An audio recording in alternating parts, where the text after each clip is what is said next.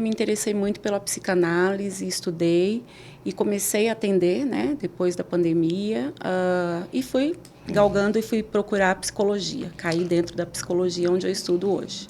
Você é graduada em Pedagogia. pedagogia. Depois você fez? Depois eu fiz a psicanálise, que é um curso livre de 2 anos. E aí, entre outros estudos, que eu gosto muito de ler sobre filosofia, não sou formada, gosto de ficar buscando, né? Eu acho que a leitura enriquece muito a gente. E aí, caí na psicologia, que é uma área que eu estou amando, amando, amando. E aí, nesse inteirinho, abri um consultório para atender como psicanalista. Tenho atendido principalmente mulheres, né? Tem aí uma demanda de saúde mental muito forte nas mulheres, sobretudo depois da pandemia, mas nem tanto, né? São marcas do passado aí que vêm. E aí eu venho trabalhando tanto online quanto presencial. Tem sido um trabalho bem bacana. Mas você não acha que a pandemia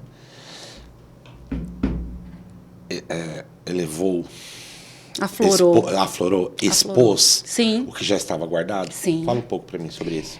Na verdade, a saúde mental das pessoas já vinha abalada há décadas, né? E aí pouco se dava ênfase a isso, né? Você pode ver que muita gente acha muito frescura, achava frescura procurar um psicólogo, um psiquiatra, né? Via como algo que não era necessário. E aí, depois da pandemia, vem esse boom. Crianças presas em casa, e aí toca a cuidar da disciplina dessas crianças, pais que não estavam acostumados a cuidar dos próprios filhos tanto tempo, né? Escolas que não estavam acostumadas a ficar sem crianças dentro dela, tendo que arrumar, ou seja, abrir toda uma agenda, começar toda uma agenda nova, todo tipo de emprego que não estava acostumado. E aí a gente tem as pessoas ali não só tensas por conta dessa mudança, mas por conta da própria doença, que era algo que não se tinha notícias, não se sabia o que ia acontecer, e aquele caos. Então, sim, as pessoas, a partir daí, elas tomaram um pouco mais de consciência do que é cuidar dessa mente que já vem aí desde pequena, e aí elas descobrem que elas têm muita coisa guardada, que não é só a pandemia. A pandemia só mostrou. Só mostrou. Mas minha pergunta é, as pessoas estão adoecendo mentalmente? Como você consegue ver um quadro hoje da humanidade hoje? Porque é assustador. É assustador. A pandemia aflorou muito mais ainda do que tinha que se aflorar. Mas é uma coisa que assusta muito, principalmente no campo escolar, no campo familiar. Eu consigo ver hoje que muitos valores estão sendo perdidos, correto? Muitas pessoas estão se perdendo, estão perdidas, né? Estamos doentes mentalmente? Olha... Pode dizer mentalmente ou psicologicamente, desculpa? Pode ser, as duas coisas. Pode ser. Eu penso que a humanidade vem doente há muitos séculos. Porque o que é você estar doente mentalmente? É você agir por impulsos para resolver problemas que você poderia resolver de outras formas. Então, a gente vem, ao longo dos anos, percebendo que a humanidade vem tentando solucionar os seus problemas de formas não tão legais assim. Legais que eu digo na questão de lei. Então, cada um quer resolver o seu. Todo o tempo que você voltar na história, você vai perceber cada um procurando fazer seus arranjos e faça o que for preciso para chegar aonde eu quero chegar. Tudo isso já é um desarranjo mental. Tudo isso já é uma defasagem de você ter dentro de você um equilíbrio psicológico. Ao passo que a gente começa a ter aí as redes sociais, a internet muito acessível, isso também coloca as pessoas num lugar de querer mostrar o que elas são. Eu costumo dizer que hoje as pessoas querem mostrar o que não são e opinar sobre coisas que não conhecem, muitas vezes, porque hoje todo mundo é jornalista, hoje todo mundo é formado em direito, né? Hoje todo mundo é psicólogo, todo mundo é professor. Ou seja, a internet, ela abre esse leque, o que é muito bacana também, porque se você tem um conteúdo, você vai lá e coloca. Por outro lado, você expõe todo mundo e todo mundo quer se expor, quer se colocar, e todo mundo fica nessa busca desenfreada por likes, por por aceitação. Então, se eu não sou aceita, eu não sou legal, eu não sou bacana. E antigamente, não, eu era legal para os meus amigos, eu era bacana para minha família e estava bom. Agora, não. Se eu tenho 500 mil seguidores, mas alguns, uma meia dúzia, coloca um comentário, por exemplo, negativo, aquela meia dúzia tem mais força no psicológico das pessoas do que os 50 mil, 500 mil que restaram, entende? Isso é muito comum, né? A gente tem uma tendência ao negativo e não ao positivo. Sim. Aproveitando isso, ultimamente... eu gosto do podcast, que ele vai trazendo uma pergunta, vai levando a outra. Sim. Que não tem nada a ver. Eu acho isso fantástico. Estamos criando padrões. E alguns padrões estão...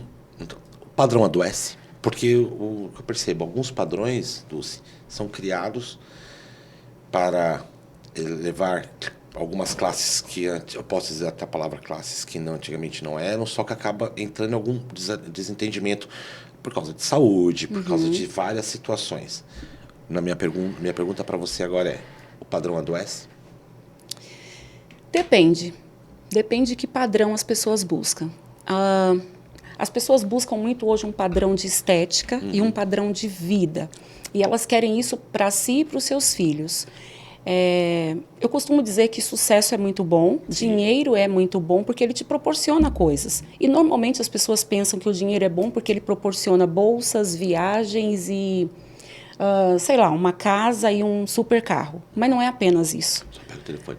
O padrão não se trata apenas disso. O padrão se trata de você ter para ajudar aqueles que estão sobre a sua tutela. Então, se você vê um cachorrinho na rua atropelado hoje, você tem grana, você vai lá e banca o tratamento dele. Isso é muito bom. É muito bom você ter um bom padrão de vida para que você sustente esse tipo de coisa. Você possa ajudar uma ONG, você possa ajudar um sobrinho, um filho que quer fazer um curso. Isso é muito bom. Acontece que a busca exacerbada por isso está levando as pessoas a cometerem loucuras, né? Então, aí você percebe que daqui a pouco começa o burnout, né?